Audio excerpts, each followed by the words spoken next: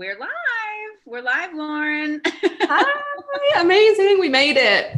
We totally made it. So far, so good. I'm going to keep an eyeball on this extra window. Oh, good. It's muted, so we don't have the issues we had last week. It looks like we've already got some of our favorite friends here in the house today. Let's see who's joining us. We've got Paul. We've got Andrea, Zaid. Welcome, everybody. How's everybody doing? So exciting to have everybody here. So we're going to give it just a minute, let everybody kind of join us, jump on into the live stream. Looks like we've already got 24 folks here. Wow. Very good. Okay, so Paul is already kicking off. Before we jump in and do all the introductions and all the fun things, we are going to be reviewing your hard light food images that you submitted for the challenge. And in case you didn't get a chance to submit them, you missed the deadline, anything like that, obviously feel free to share them out on Instagram using the hashtag hardlightfood. But then also too, you can feel free to share them in the Bite Shot Facebook group. So if you've not visited that before, that's facebook.com/groups/the Bite Shot. Lots of really great, helpful folks there. But obviously, I am joined here by my partner in crime here, my favorite friend in artificial light, Lauren Sage. How's it going, Lauren? So good. I was just telling Joni we're having like a crazy hot summer. So I've got the artificial light going. I've got the sun right outside. Things are heating up in here, but I'm excited. I know. Oh my gosh. Because yeah, you say 100 degrees Fahrenheit, and what is that in Celsius? 30? Like 37-ish, I want to say. I don't know. Yeah, it's hot. Those temperatures here, but everywhere is air conditioned. It's like, yeah, not here, unfortunately. I wish it was here, but I'm not going to be so British that I'm just on your live stream and just talk about the weather. Like, it's all good. Exactly. We've got more important stuff to do. We do have more important stuff to do. And look who we've got here. We've got all of the fun people. I'm so glad to see everybody here today. We've got Dawn. We've got Christy. Let's see, where's everybody from? We've got India in the house. India, let's see. What time is it in India? It's probably, midnight there? Yeah, I think they'll be ahead of me. So it's 4 p.m. here. So I guess it's only like 10 or something. Yeah, maybe 10, 11. I'm not sure. I'm starting to really get a good sense of the global clock. Yeah. It's just Australia really throws me for a loop. I feel like I'm quite lucky because I live very close to the middle, like 0 line. I'm only on the +1. So I know like that way is behind me, that way is in front of me. Yeah. You've got it all dialed in. Oh, well, yeah. So excited to have you guys here. So for anybody who missed, who's like, what is this hard light business? So 2 weeks ago, Lauren and I both created videos on the topic of hard light, doing instructional tutorials about how to capture hard light, how to make it beautiful.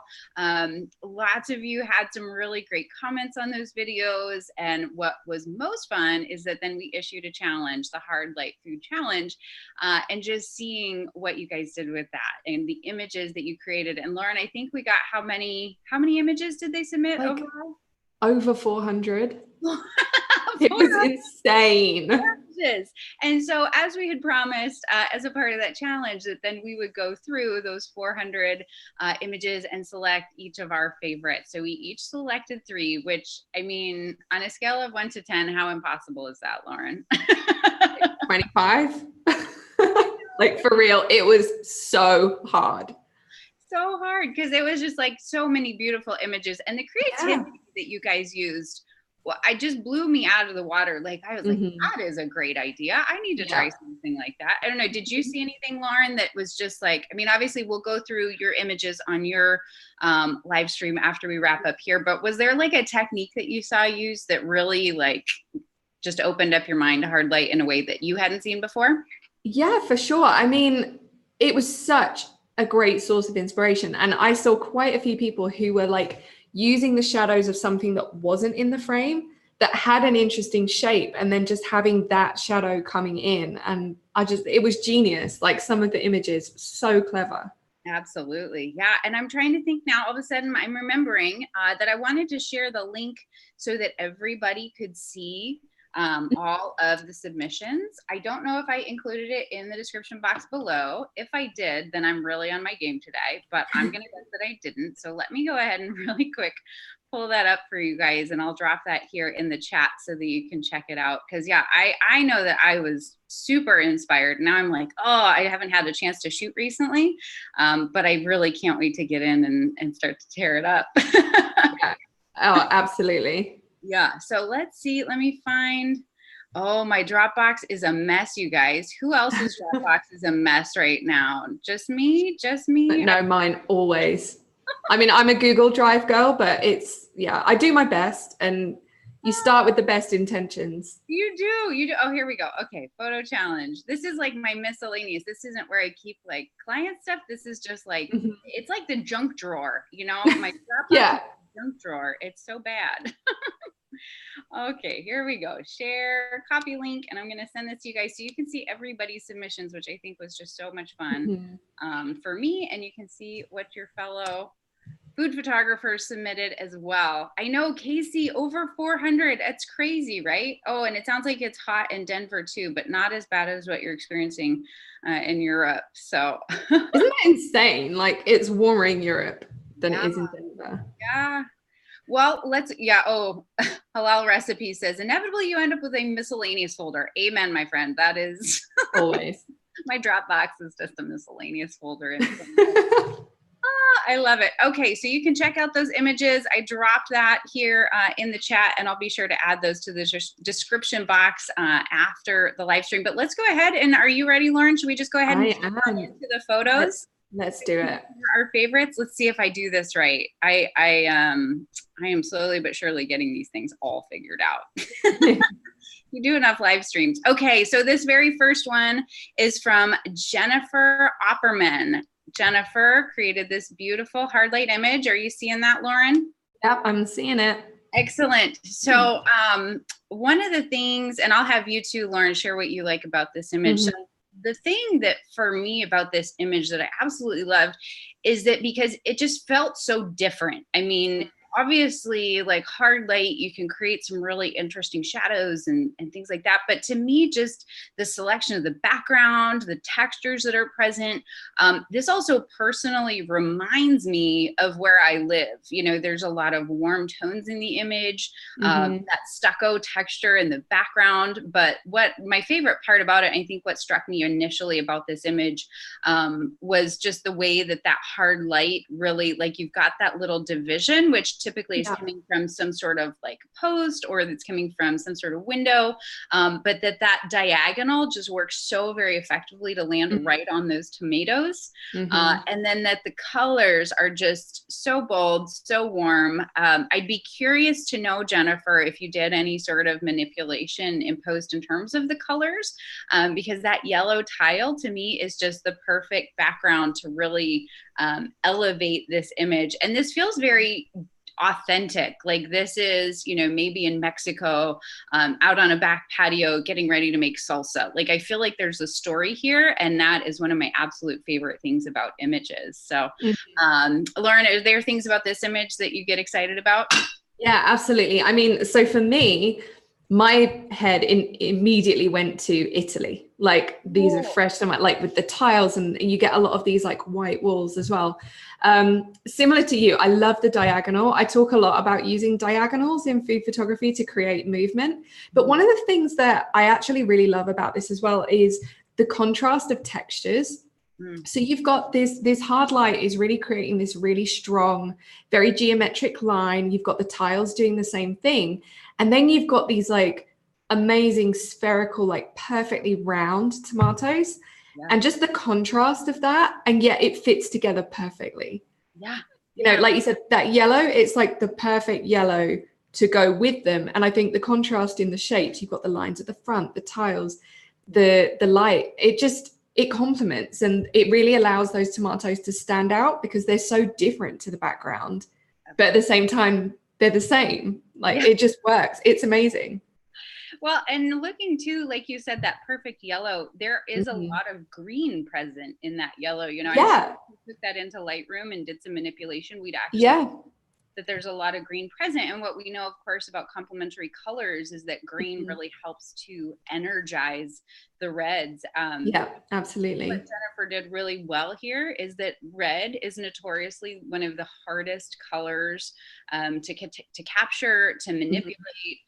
It can look really fake really fast. And these, said Lauren, look just really authentic. And it looks like tomatoes would look in real life.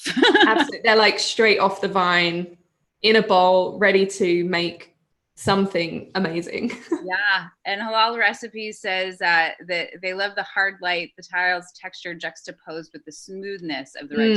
So yeah. Yeah, absolutely. That texture. Yeah. Jennifer did a wonderful job. Oh, and see so Andrea is saying that it feels Portuguese. So I love that we're really I can see that too. Feel like we get a real sense of place with this image, which I would say is something that we can all challenge ourselves to do more, especially for those of us who shoot more in a studio scenario. How you can cultivate that storytelling aspect. I think it's hard, but very, very fun when you can do it. Definitely. So, all right, let's go ahead and let's jump into the next image. Toggle here. All right. Oh, okay. Too many windows, Joni. Too many windows. Next image up we have from Maria Squires. Is Maria in the house today?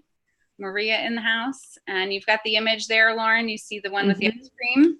Yep, got it. Okay. So this image jumped out at me from a hard light perspective. There's so many great things going on in this image, just like the previous image.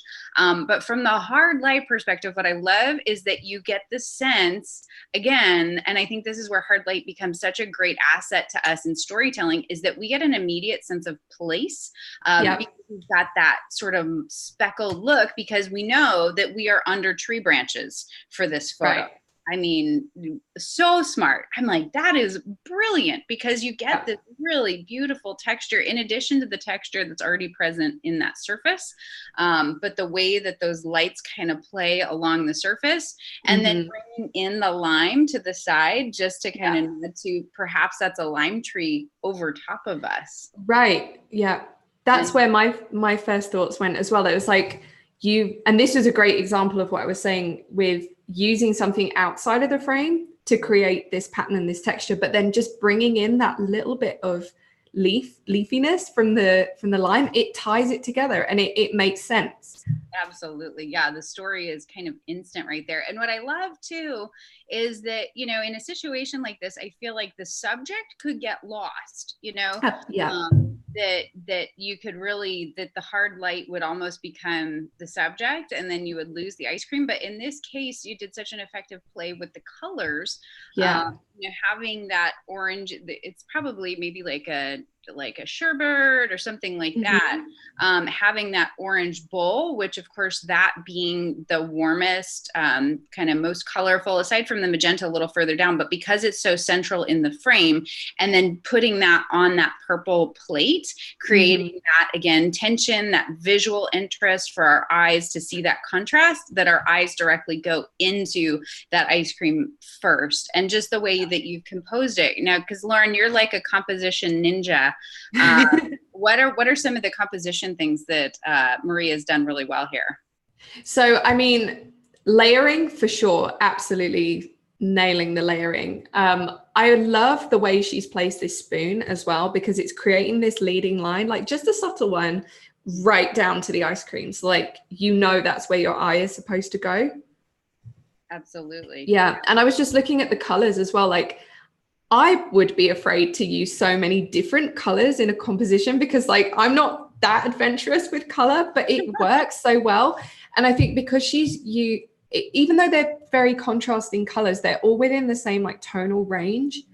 It's almost that I kind of see like very rich pastel shades. Do you know what I mean? Like, they're not neon bright shades. It's like a very sort of neutral blue and neutral yellow and neutral purple. And because they're all within that same tone, they just work. And yeah, I love it. And I think that it was a smart decision, the color of that surface as well. I don't know if surface that lives outside, like that's the actual. Yeah, and that I think it makes this image so great, because I don't know if this has just been put on a patio outside, or whether she's taken a background outside and followed the light where the light was best, but it just works. Yeah. Now Gwen wants to know, Gwen's also loving that dappled light effect. And so as far as the concern being that in these sort of situations, though, you can have some intense contrast of dark shadows and bright highlights, like what she's wanting to know, what are some recommendations so that you can still,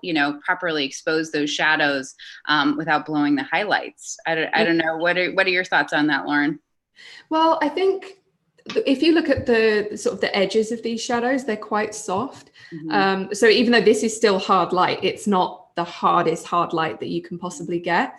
Yeah. So I get the feeling just where she's set herself up that everything is just a little bit diffused anyway. The contrast is not quite as strong as it could be.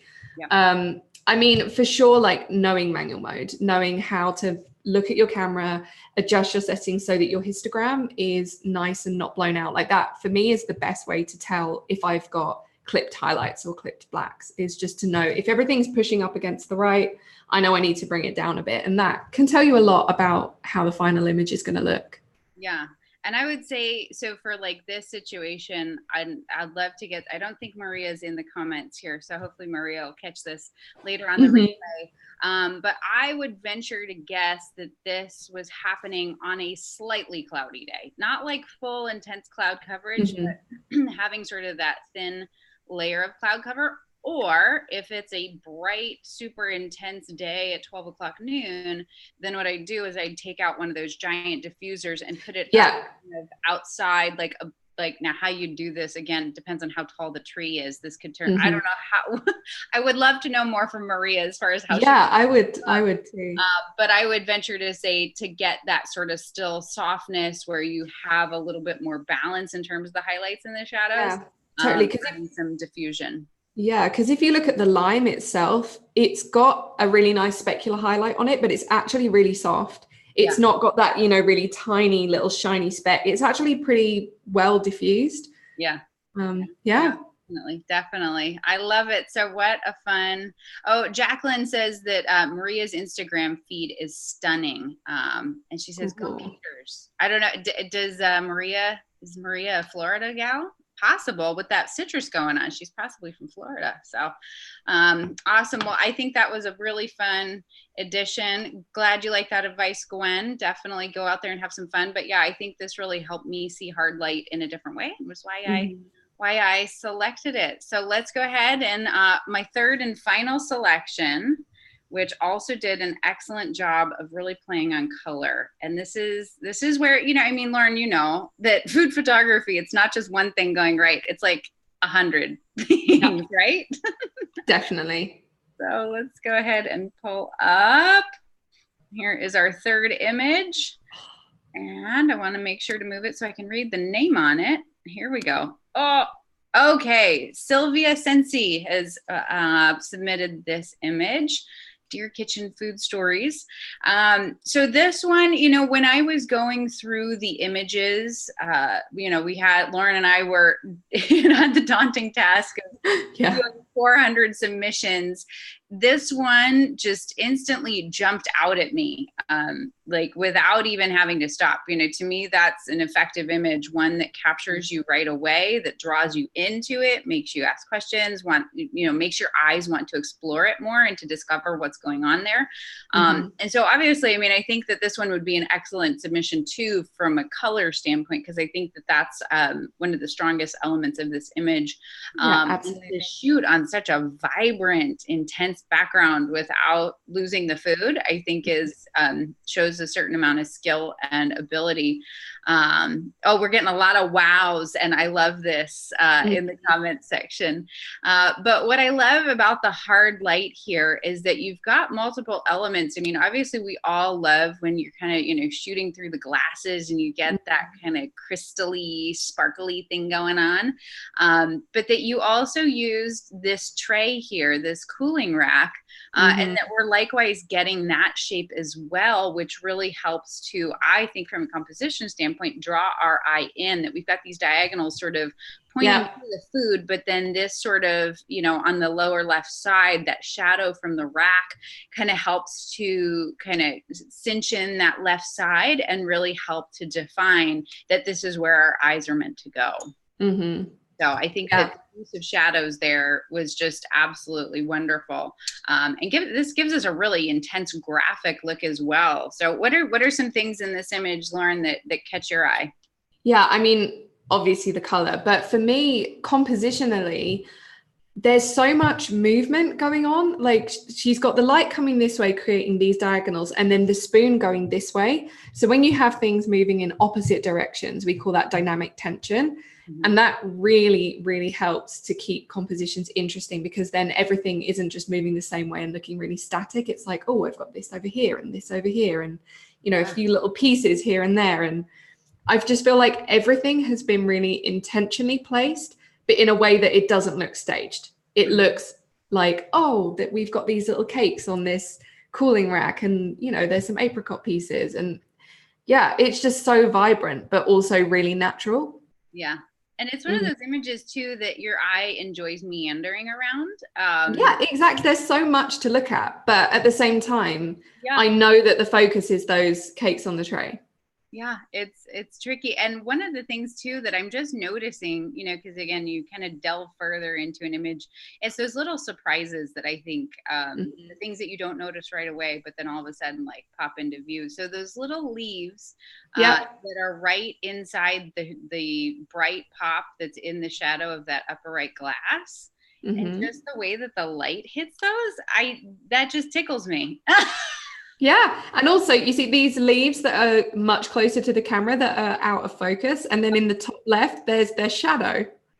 Wow. Which is more in focus than the leaves, which is like, it's such a detail, but food photography is all about the details. It's all about the details. And I think that really helps too, to create that depth, because, you know, and I think that this is similar to the previous image where we got the sense of the, you know, the trees overhead, that we're getting the sense of some sort of plants overhead. And so that's giving us this cue that there's, again, a larger story at play. This is a scene. This is a context. And creates that depth, because sometimes there can be a flatness to hard light because it is so stark, because it's so, you know, intense. And so this, I think, really helps to bring back that depth. Yeah, absolutely. There's a lot of depth in this scene. Yeah, I love it. Well, it looks like everybody else agrees that these are selections. So thank you so much to everybody, the 3 folks who shared those. I'm so excited. I'll be sure to share those out on Instagram stories and tag you guys too on Instagram, because show a little Insta love there. But yeah, so thank you so much to everybody who submitted.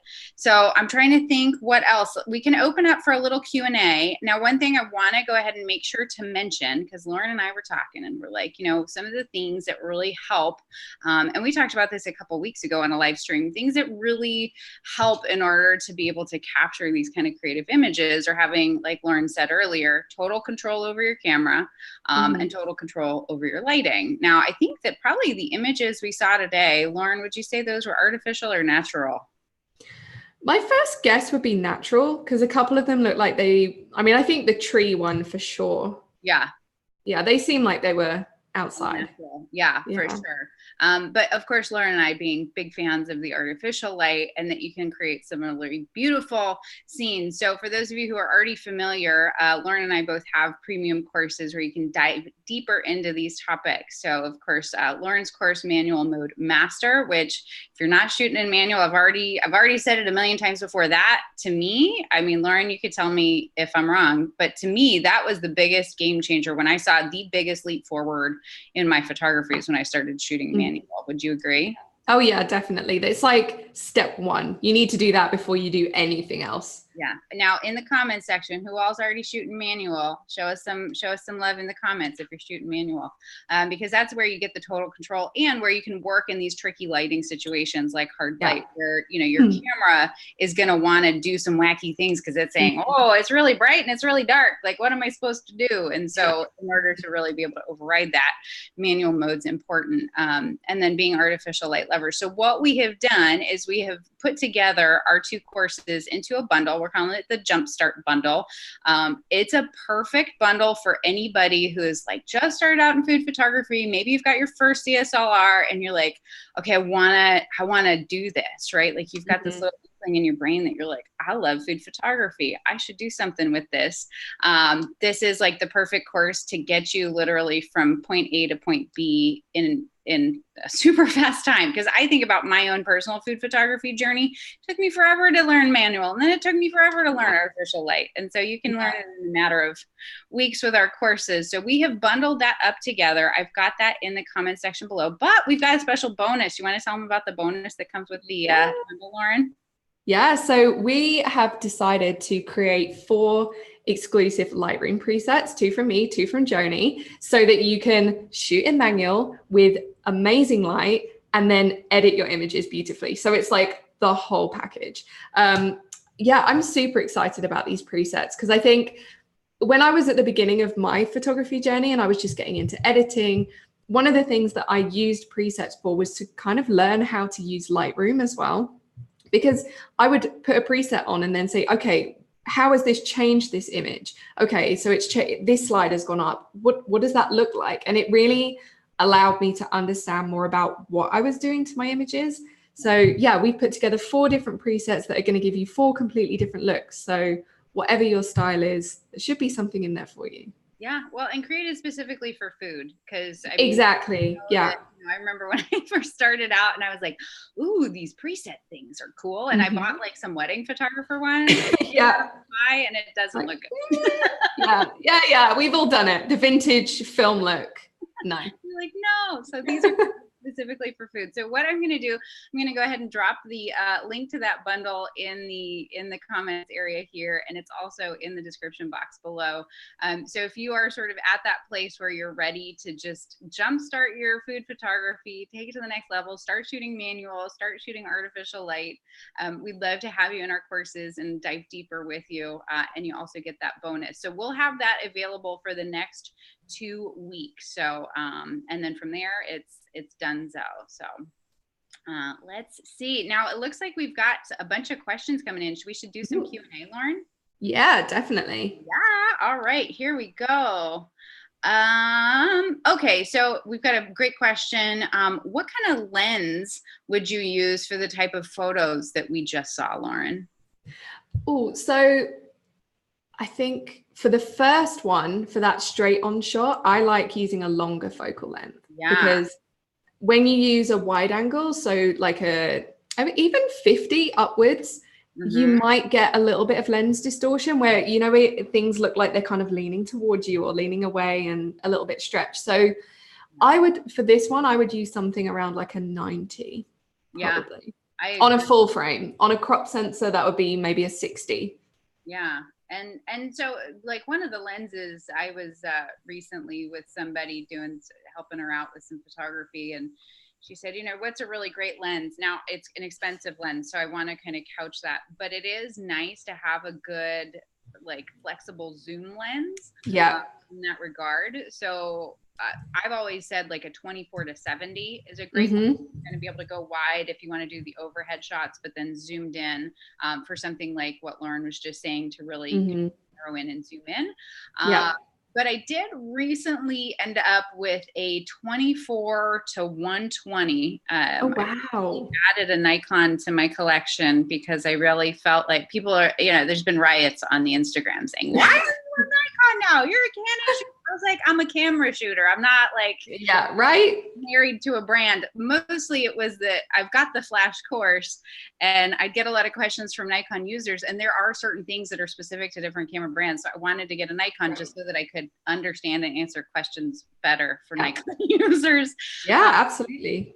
And so that has a 24-120 lens. And I've got to say, it's really, really convenient. So granted, those are not inexpensive lenses. Those are going to happen, you know, after you've been making a significant amount of money, making a good bit from your food photography. But I would say when you get to that point, those kind of lenses are really helpful. But I agree with Lauren, like a 90 or 100 millimeter is going to be a really great longer focal length. But for those overheads, like for example, the dappled light one, I would think that was probably closer to, I could probably pull up the EXIF data and check it out, but I would venture to say that was maybe more of a 50. Yeah, I was going to say 50. Yeah.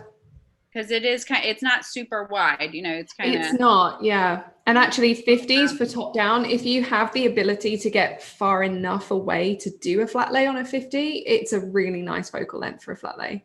Yeah. Another question about lenses is, let's see. Zaid wants to know, is 100 millimeter good for a crop sensor camera? And I'll field this, that the 100 millimeter that I shoot with now on my 5D Mark IV, which is a full frame camera, I actually bought it when I had my 70D. So I shot with it plenty on that camera. Now you have to, again, like Lauren said, do the conversion, and I'm terrible at math, but you know, what is 100 on a crop sensor is going to be what, 160? Yeah, ish, somewhere in that range. Somewhere, it depends on the crop factor. I think Canons are like 1.6. See, Lauren's the math person. This is why I keep learning. She can help me with numbers. I keep her around for a lot of reasons, but yeah. So I did shoot with the 100 millimeter.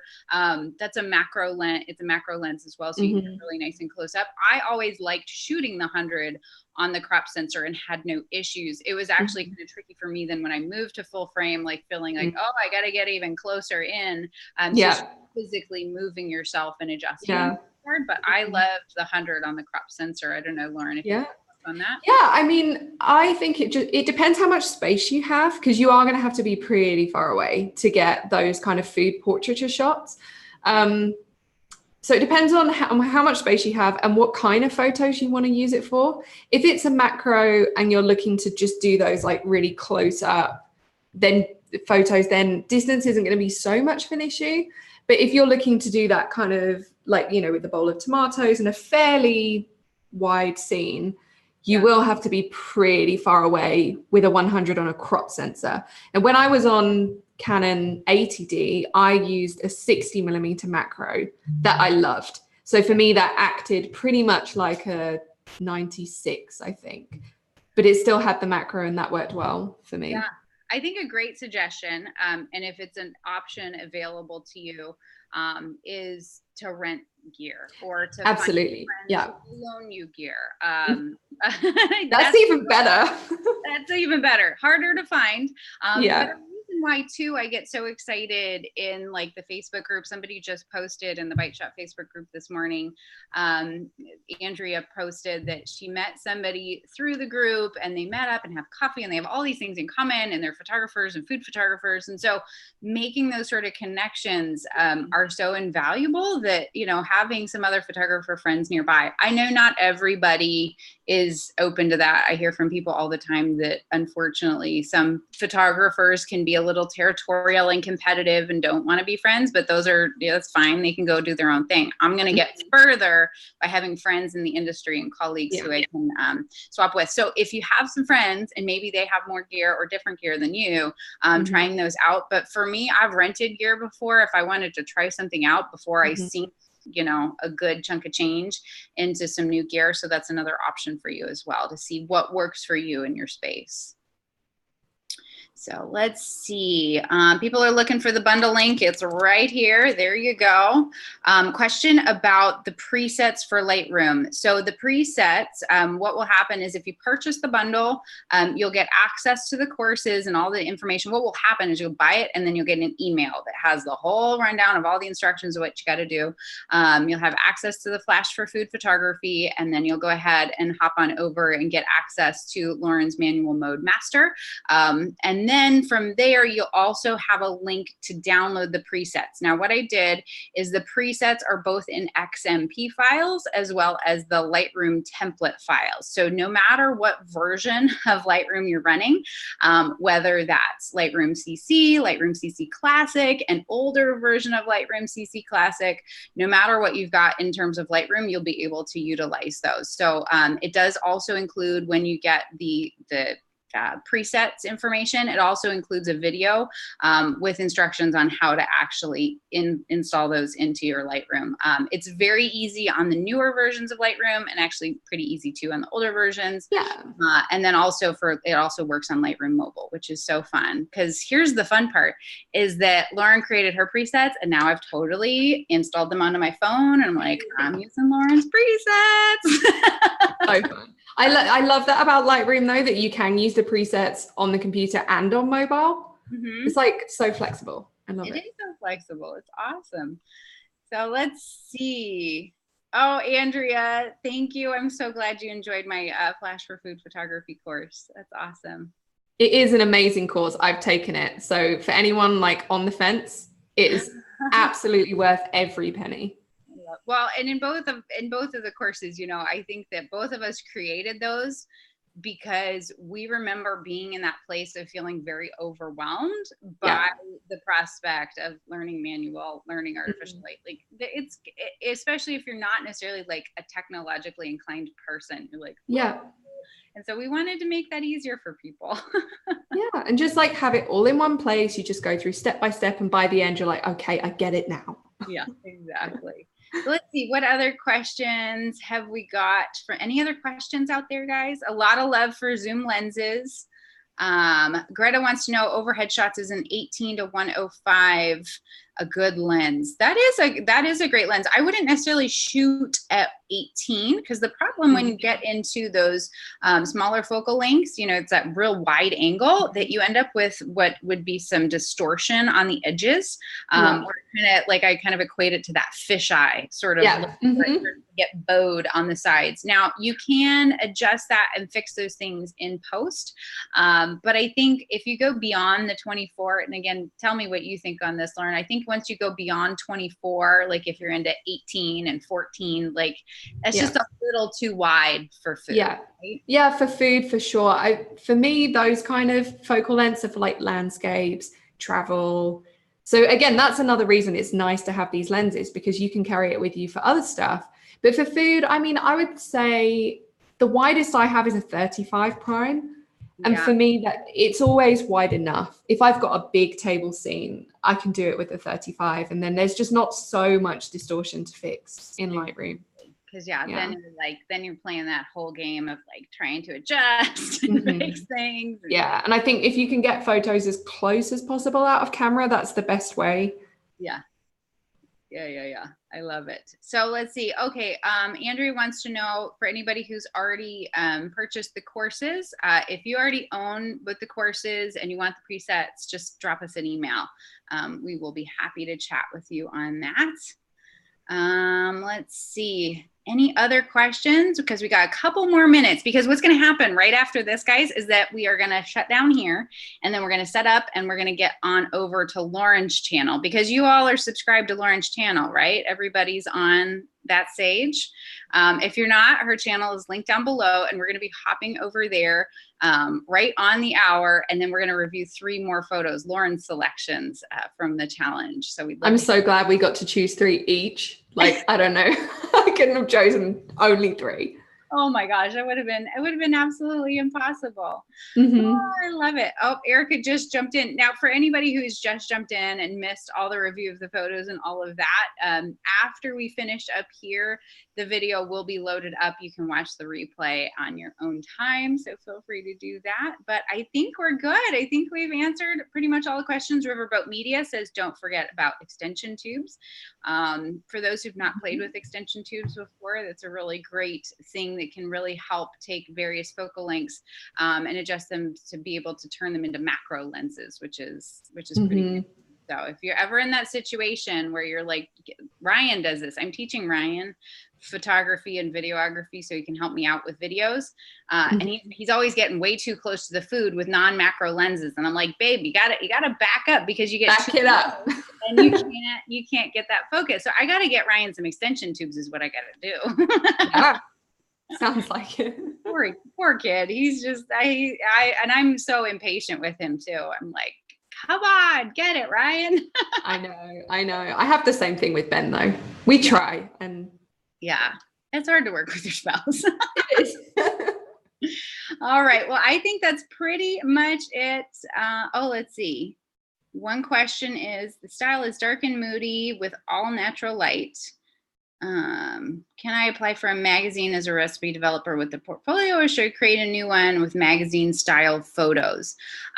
So in terms of, that's a great question. In terms of if you're trying to pitch magazines for your food photography, what we call editorial, there's certainly different styles from magazine to magazine. So I would say, Ava, I would really consider what magazines you're pitching your work to. So for example, like if you look at Bon Appetit magazine, what are some of the hallmarks of the food photography that you see currently in Bon Appetit? I mean, we see harder light, more graphic images, a little bit more simple styling, as opposed to like, Lauren, what's another publication that has like, maybe in the UK we have like Good Food magazine, BBC Good Food, Olive magazine, like those ones. They're a bit more what I call storytelling in a way, like more props, more busy scenes, not so much the minimal modern look. Yep. So it really depends on the magazine. So if you have a particular style that you're, passionate about, and you see there's another magazine out there that really incorporates a lot of that look, that would be a great magazine to pitch. Because if you really, glom onto the more styled, dark and moody, dramatic feeling, but this is, I'm trying to think like, like clean eating mag, where it's all about like bright and salads and smoothies and exactly, that they're going to look at that and go, yeah, that's just not our style, and so that's not going to be a match. So it's really when it comes to the world of editorial, it's all about doing your research. So great question. Let's see, what's the best place to work as a photographer? Is it for the store or supermarket or at the production? I don't totally know what you're asking here, but I would say the thing to know about food photography as a paid profession is there are opportunities everywhere. I mean, and there are niches everywhere. There are people who shoot for bloggers. There are people who shoot for restaurants. There's magazines, cookbooks. I mean, there's so much variety out there, and there's no one right way to go about it. Now, certainly, again, another shameless plug. I've currently got enrollment open for my full-time framework course, which we go in depth into that whole process of how to pitch different kinds of clients. So would be happy to have you there if you want to come check that out. I've got that open for enrollment for just a little while longer. Any questions about that, feel free to message me and I'll hook you up. So let's see. I think we're pretty much good. Saveur magazine. Jacqueline says Saveur. Saveur is currently doing the blog awards, right, Lauren? Yeah, I'm seeing it all over Instagram stories. I think their nominations are open again, which is exciting. It seems to come around so quickly every year. I know. I'm like, didn't we just do this? I know. The other thing that's also open is the Pink Lady Food Photography Awards, which we talked about. I talked about with Donna Kraus last week in our live stream. But the submissions are open for that. But fortunately, they give you like a 200-day notice. Like, oh wow, they're open again already? Yeah, but you have like this big chunk of time to create images. So my suggestion is to go through all the categories on the Pink Lady Food Photographer of the Year. Yeah. If you've not seen that before, definitely Google it, and then you can look at the various categories and start to think of ideas so that you can start to shoot images that might fit one of the categories. Like there's a produce category. There's like people and food, and there's hundreds. Well, not hundreds. Yeah, you can really start to think about the concepts and prepare yourself for that and come up with some great images to submit, because I highly, highly recommend submitting to contests. It's a great way to get connected in the industry. Yeah. I love it. Well, good. Oh, Gwen's excited about full-time framework. Gwen, I'm so excited to have you in there. It's going to be starting soon. We've got a bunch of full-time frameworkers in here. Awesome. You're going to be if you're in group 1, you'll be getting an email from me this afternoon. So stay tuned. But with that, I think we're good. Thank you guys for joining us here. Again, hop on over to that stage. I've got Lauren's channel linked down in the description box below. So jump on over there. We will be back in 15 minutes on Lauren's channel to review your images. And Lauren, any sending off words of wisdom? That's like no pressure. Oh my gosh, I hate when people do this. I just on the spot. I know. What's your favorite thing that you learned in this process with the hard light? That it's always a good idea to do something that scares you. And also, I found this quote the other day. I'm going to be super cheesy and try and find it on my phone because I screenshotted it because I was shooting and I was like, this is me, but I feel like it's a lot of people as well. Just give me that awkward, like 1 minute. Here we go. Okay, I found it. Turns out that I refuse to learn a new skill unless I'm immediately good at it tactic is sabotaging my entire life. And I'm like, yes, that was me with manual mode. That was me with Flash. I was like, wow, I suck at this. I want to give up. But actually, no. Yeah. And I think hard light was one of those things that you take the first few and you're like, these suck. But well, I did. Probably some of these people were like, oh wow, this is amazing. But just to persevere with something, and that being good at something immediately, not being good at something immediately doesn't mean that you won't be. And like, just keep going. It's the only way. Absolutely. Because right on the other side of like epic frustration is epic success, you know? Exactly. And those uncomfortable times are always periods of transition when you're growing anyway. Yeah. So yeah. Exactly. There you go. Was that okay? You have won the award for being put on the spot and having a great wrap up. Lauren. So thank you guys so much for joining us. Hop on over to Lauren's channel and we will see you soon. All right. See you. Let's see if I can figure out how to turn this thing off. I don't know. Let's see. End stream. Here we go. And we're off. Bye.